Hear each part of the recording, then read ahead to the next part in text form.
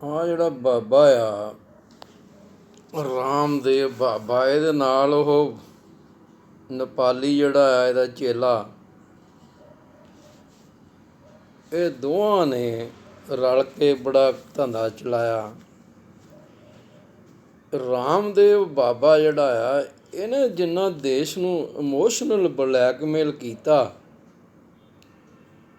ਉਹ ਅੱਜ ਤੱਕ ਕਿਸੇ ਬਾਬੇ ਨੇ ਇੱਦਾਂ ਦਾ ਕੰਮ ਨਹੀਂ ਕੀਤਾ ਜਿਹੜਾ ਰਾਮਦੇਵ ਨੇ, ਬਾਬੇ ਰਾਮਦੇਵ ਨੇ ਕੰਮ ਕੀਤਾ।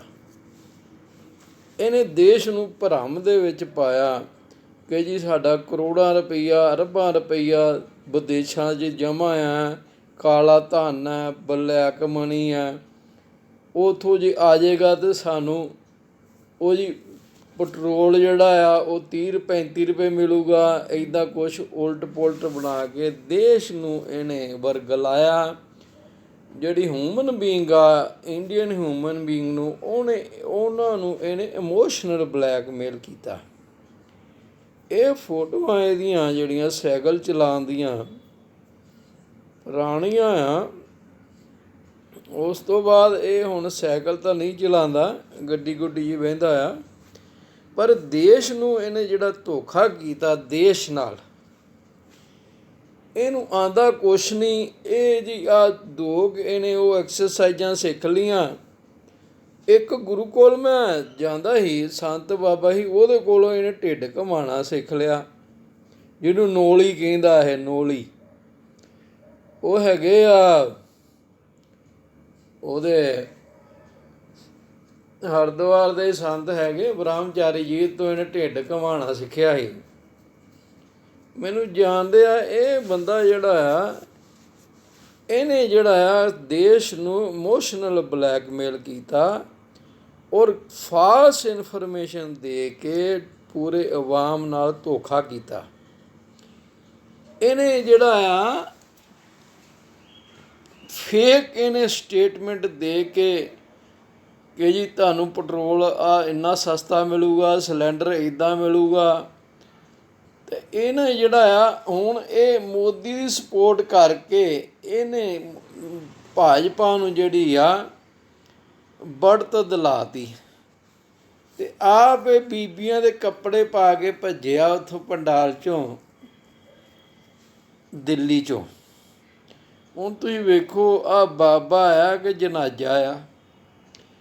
ਇਸ ਬੰਦੇ ਨੇ ਜਿੰਨਾ ਧੋਖਾ ਕੀਤਾ। ਅੱਛਾ, ਹੁਣ ਸਾਡੀ ਜਿਹੜੀ ਦੇਸ਼ ਕੌਮ ਦੇ ਜਿਹੜੀ ਆ ਆਪਣੇ ਦੇਸ਼ ਦੇ ਵਾਸੀ ਆ, ਉਹ ਇਹਨੂੰ ਪੁੱਛਣ ਕਿ ਬਾਬਾ ਜੀ ਤੁਸੀਂ ਜੋ ਦਾਅਵੇ ਕਰਦੇ ਸੀ, ਫੇਕ ਜਿਹੜੇ ਤੁਸੀਂ ਝੂਠੇ ਵਾਅਦੇ ਲੋਕਾਂ ਨਾਲ ਕਰਦੇ ਰਹੇ ਆ, ਉਹਦਾ ਕੋਈ ਜਵਾਬ ਹੈਗਾ ਤੁਹਾਡੇ ਕੋਲ? ਔਰ ਇਹ ਬਸ਼ਰਮ ਇੰਨੇ ਆ ਬੰਦੇ, ਪਹਿਲਾਂ ਚਿੱਟੇ ਕੱਪੜੇ ਪਾਉਂਦੇ ਆ, ਫਿਰ ਗੇਰੂਏ ਕੱਪੜੇ ਪਾ ਲੈਂਦੇ ਆ। ਇਹ ਸੰਤ ਦੀ ਆੜ 'ਚ ਜਿਹੜੇ ਆ ਸੱਪ ਹੈਗੇ ਆ, ਇਹਨਾਂ ਤੋਂ ਬਚਣਾ ਚਾਹੀਦਾ ਸੀ। ਪਰ ਹੁਣ ਕੋਈ ਫਾਇਦਾ ਨਹੀਂ ਹੈਗਾ। ਹੁਣ ਤਾਂ ਮਤਲਬ ਕਿ ਇਹਨਾਂ ਨੇ ਡਸ ਡੰਗ ਮਾਰ ਦਿੱਤੇ ਆ ਦੇਸ਼ ਕੌਮ ਨੂੰ, ਦੇਸ਼ ਨੂੰ ਇਹਨਾਂ ਨੇ ਡਸ ਲਿਆ ਆ ਔਰ ਸਾਰਾ ਜਿਹੜਾ ਆ ਕੰਮ ਉਲਟ ਕਰ ਦਿੱਤਾ। ਕਿਉਂਕਿ ਜਿਹੜੀ ਆਪਣੇ ਦੇਸ਼ ਦੇ ਵਾਸੀ ਆ, ਇਹ ਬੜੇ ਭੋਲੇ ਭਾਅ ਬੰਦੇ ਹੈਗੇ ਆ। ਇਹ ਕਿਸੇ ਦੀ ਵੀ ਗੱਲ 'ਤੇ ਯਕੀਨ ਕਰ ਲੈਂਦੇ ਆ। ਪਰ ਇਹਨੂੰ ਤੁਸੀਂ ਅੱਜ ਤੱਕ ਪੁੱਛਿਆ ਨਹੀਂ ਕਿ ਪੈਟਰੋਲ ਤੋਂ ਕਹਿੰਦਾ ਸੀ 35 ਰੁਪਏ ਮਿਲੂਗਾ ਲੀਟਰ, ਉਹ ਸਿਲੰਡਰ ਪਤਾ ਨਹੀਂ 300 ਦਾ ਮਿਲੇਗਾ ਕਿ 400 ਦਾ ਕਹਿੰਦਾ ਸੀ। ਇਹਨੇ ਪੱਠਾ ਬਿਠਾਤਾ। ਇਹਦਾ ਜਿਹੜਾ ਆ ਸੋਸ਼ਲ ਬਾਈਕਾਟ ਕਰਨਾ ਚਾਹੀਦਾ ਤੁਹਾਨੂੰ।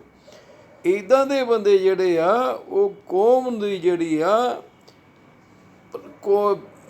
ਅਵਾਮ ਦੇ ਵਿੱਚ ਭੁਲੇਖਾ ਪੈਦਾ ਕਰਕੇ ਆਪਣਾ ਕੰਮ ਸੈੱਟ ਕਰਦੇ ਰਹੇ ਆ। ਔਰ ਇਹ ਅਨਾਦਿ ਕਾਲ ਤੋਂ ਇੱਦਾਂ ਹੀ ਆਉਂਦਾ ਰਿਹਾ।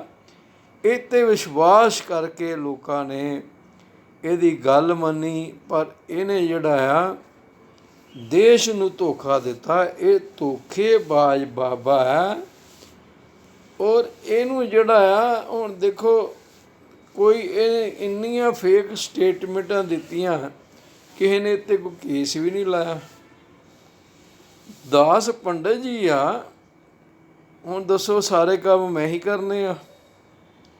4 ਕੇਸ ਤਾਂ ਅਸੀਂ ਗੁਰਬਾਣੀ ਬੇਅਦਬੀ ਦੇ ਲਾਤੇ, ਬ੍ਰਹਮ ਰਿਸ਼ੀ ਕੁਮਾਰ ਸਵਾਮੀ ਦੇ, ਕੋਈ ਸਿੱਖ ਉਦੋਂ ਬੋੜਿਆ ਤੱਕ ਨਹੀਂ। ਅਤੇ ਹੁਣ ਜਿਹੜਾ ਆਹ ਕੰਮ ਹੈ ਇਹ ਬਾਬਾ ਜੀ ਇਹ ਇੱਦਾਂ ਕੰਮ ਨਹੀਂ ਹੋਣਾ, ਤੁਹਾਨੂੰ ਜਾਗਣਾ ਪਏਗਾ।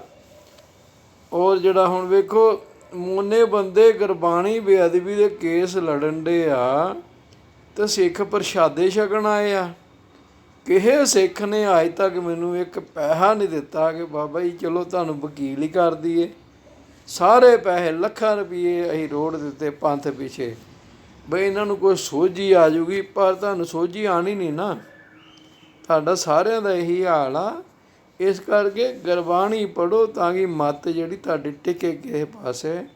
ਉਹ ਬਾਬਿਆਂ ਦੇ ਮਗਰ ਲੱਗ ਕੇ ਆਪਣਾ ਜਿਹੜਾ ਪਠਾਣਾ ਬਿਠਾਓ। ਇਹ ਪੰਡਿਤ ਜੀ ਤੁਹਾਡੇ ਚਰਨਾਂ 'ਚ ਬੇਨਤੀ ਕਰਨ ਡੇ ਆ, ਬੇਨਤੀ ਕਰਨ ਡੇ ਆ, ਬੇਨਤੀ ਕਰਨ ਡੇ ਆ।